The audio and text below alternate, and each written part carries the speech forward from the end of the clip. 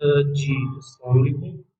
आज हम लोग जो काम करने जा रहे हैं, जो मैंने कल आपको कुछ कोड्स बताए थे, टैग्स बताए थे, आज उनका सेकंड पार्ट है।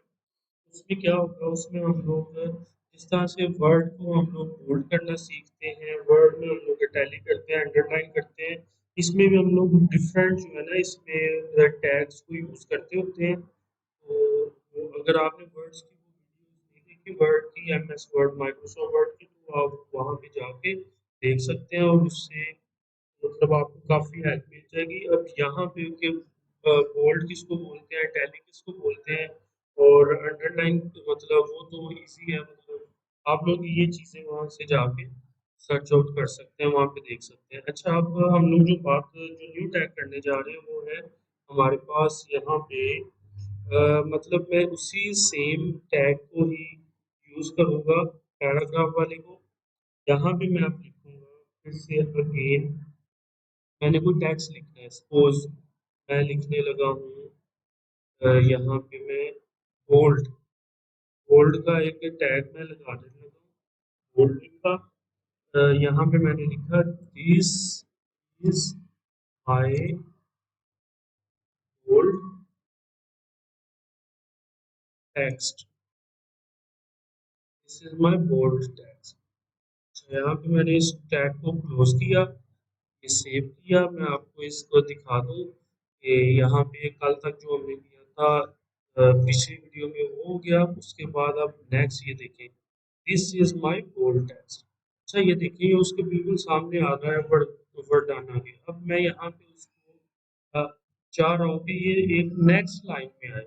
उसके लिए मैं यहाँ पे आऊँगा, मैं यहाँ पे पी आर का टैग यूज़ करूँगा। पी आर टैग यूज़ करते ही वो मेरे पास नेक्स्ट लाइन में चला जाएगा। यहाँ पे आपके सामने ये देखिए नेक्स्ट लाइन आ गई। अच्छा, ये तो हो गया हमारे पास। एक और चीज़ है, आप अगर किसी भी चीज़ को यहाँ पे ये देखें विल है ना, मैं यहाँ पे विल को स्ट्रोंग एस टी, ये देखिए मैंने यहाँ पे स्ट्रोंग का लगाया टैग। स्ट्रोंग लगाते ही मैंने यहाँ पे मैं फिर से यहाँ पे आके स्ट्रोंग वाले टैग, ये स्ट्रोंग भी जो है ये भी पेयर टैग है। ये देखिए आपको अब विल जो है हमें वहाँ पे स्ट्रोंग कैसे नजर आता है।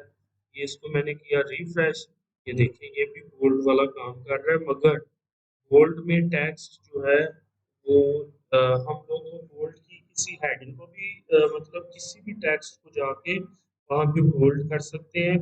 और इसी तरह से आप बोल्ड और स्ट्रोंग वाली जो है ना कीज को यूज करके तो इसमें मतलब अपने टेक्स्ट को स्टाइलिश बना सकते हैं।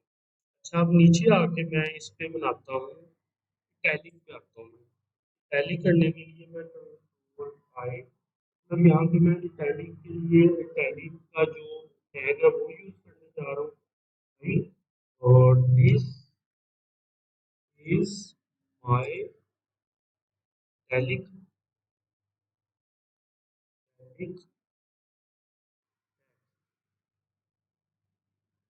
टेक्स्ट लिखा, तो मैं इटैलिक को भी क्लोज किया। अच्छा, ये देखिए मैंने इसको सेव करने के बाद मैं अगेन इस पे आ रहा हूँ, मैंने इसको किया रिफ्रेश, वो देखिए this is my italic text, और ये देखिए ये इस तरह से लिखा हुआ हमारे सामने आ रहा है। अच्छा, मैं फिर से वही सेम प्रॉब्लम मैं चाह रहा हूँ कि मैं इसको अगर न्यू लाइन पे लेके आना चाह रहा हूँ, तो यहाँ पे मैं बी आर का टैग यूज करूंगा, और बी आर टैग यूज करते ही रिफ्रेश, इसको सेव करते मैं आगे जाके उसको रिफ्रेश करता हूँ, तो ये देखिए मेरे पास वो न्यू लाइन में हो चुका है। अच्छा, ये तो हो गया हमारे पास, अब इटैलिक भी हो गया, बोल्ड भी हो गया, मैंने आपको स्ट्रोंग का भी करके दिखा दिया। अब हम लोग आते हैं अंडरलाइन पे। अंडरलाइन क्या होता है?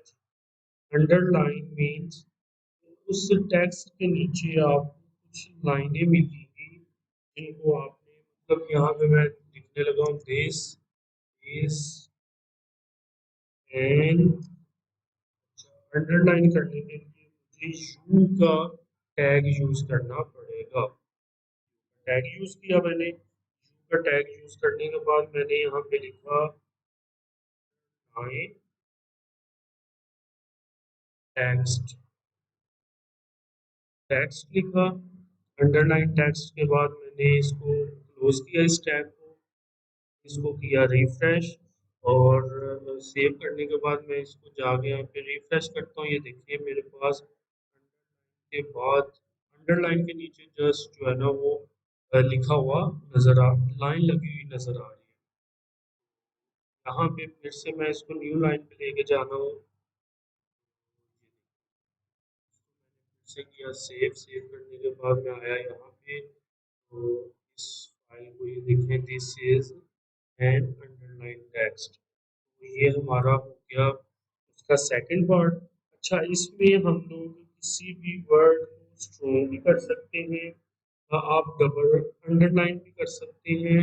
इटैलिक का मैंने अलग से बता दिया। हाँ, ये देखिए आप, जैसे यहाँ पे मैंने ये वर्डाना लिखा है, मैं इस वर्डाना को टैली करना चाह रहा हूँ। तो मैं अगेन अपनी कोडिंग में जाऊँगा, कोडिंग में जाके मैं यहाँ पे आई और इसको किया मैंने क्लोज। यहाँ पे आके मैं बैक स्लैश आई तो ये मेरे पास ये हो गया। मेरे पास क्या हो गया, सेव हो गया।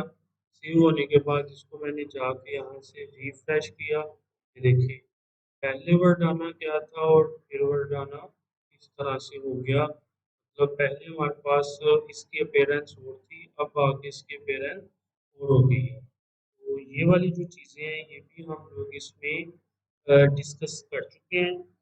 इसमें एक और चीज़ है जो HTML के अंदर जो हम लोग यहाँ पे देखिए, वैसे हम लोग कलर की जो स्पेलिंग यूज़ करते हैं यहाँ पे COLOR कलर, ये हमारे पास जो यूज़ होते हैं ये अमेरिकन इंग्लिश, यूएस इंग्लिश में जो है वो हम लोग ब्रिटिश इंग्लिश हैं, उसमें COLOUR कलर होता है। ये वाली अमेरिकन इंग्लिश है और COLOUR वाली ब्रिटिश इंग्लिश है।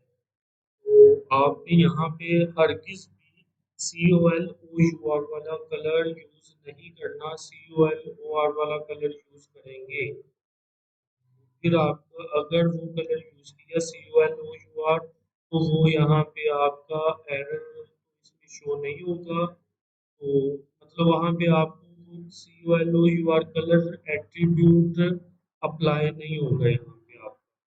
उसके बाद यहाँ पे जो चीज़ें हैं ये हमारे पास HTML का जो वर्जन 5 था ना, उसके अंदर ये कंट्रोल भी मतलब बोल्ड टैग, इटैलिक टैग और ये अंडरलाइन टैग, ये सारे जो हैं ये उसमें जाके HTML5 के बाद जो हमारे पास वर्जन आए उसमें आके ये चीज़ें यूज़ हुई हैं। उससे पहले इनकी आउटपुट्स ऐसी नहीं थी होती, ना ही ये हमारे पास इस तरह से यूज़ होते थे।